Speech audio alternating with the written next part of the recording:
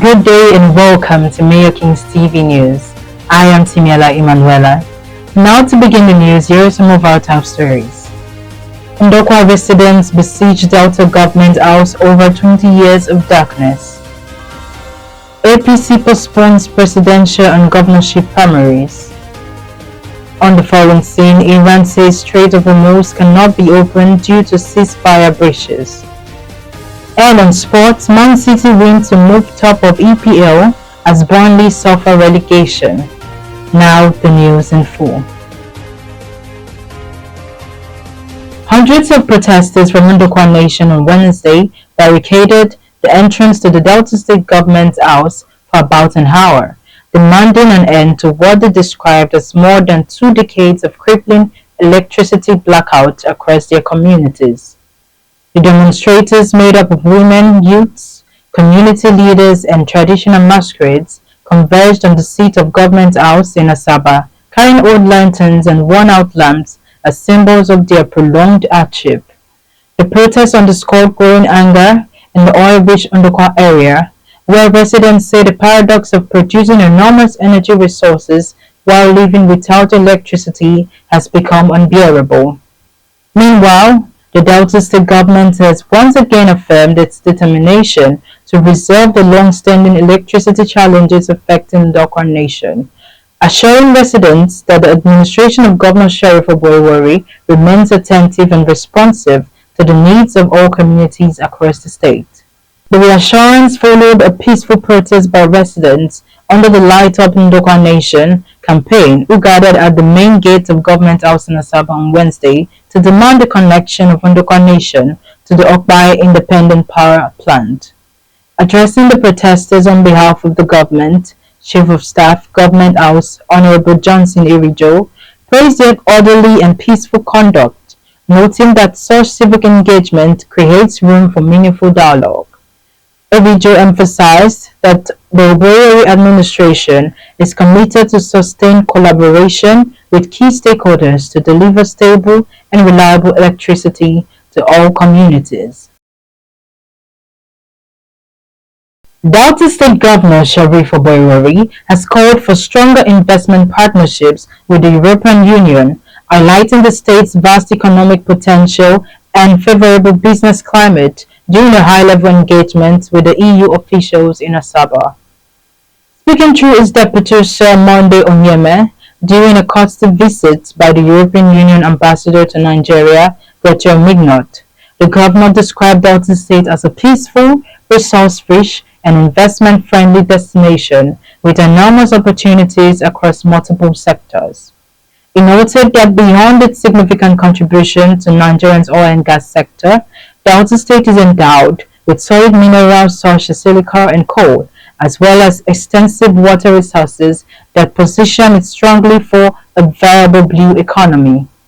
He further emphasized the state's 160-kilometer coastline and vast mangrove ecosystem as key assets for investment in marine transport, port development, logistics, aquaculture, and related coastal industries.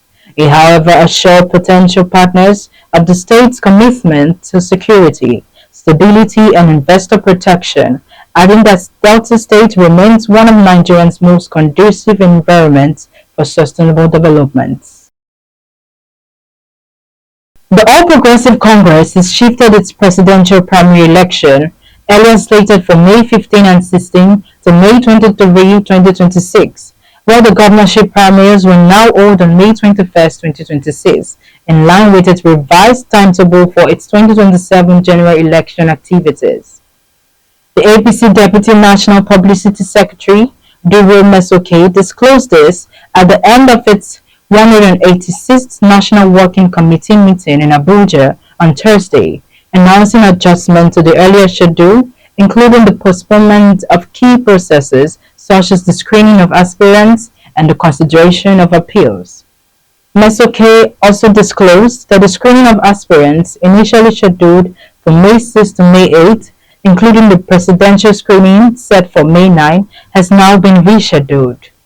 He announced that the Post-Primary Appeal Committee will sit on Monday, 18th May 2026, For the House of Representatives, Wednesday 20th May; for the Senate, Thursday 21st May; for the State House of Assembly, Saturday 23rd May; for the governorship, and Monday 25th May for the presidential elections. Moving on to the foreign scene.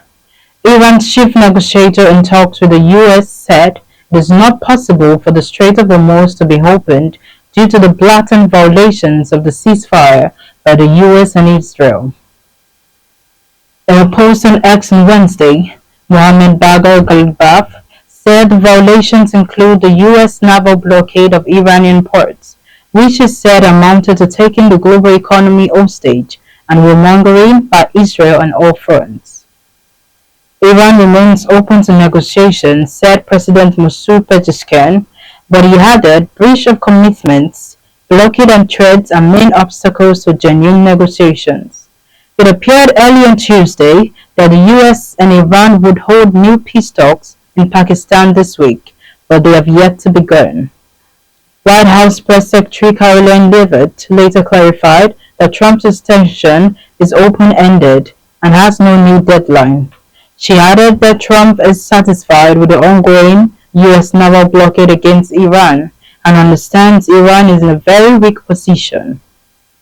Asked by reporters when the war would end, Leavitt said that it's up to Trump to decide, and he will do so when he feels it's best in the interests of the United States and the American people.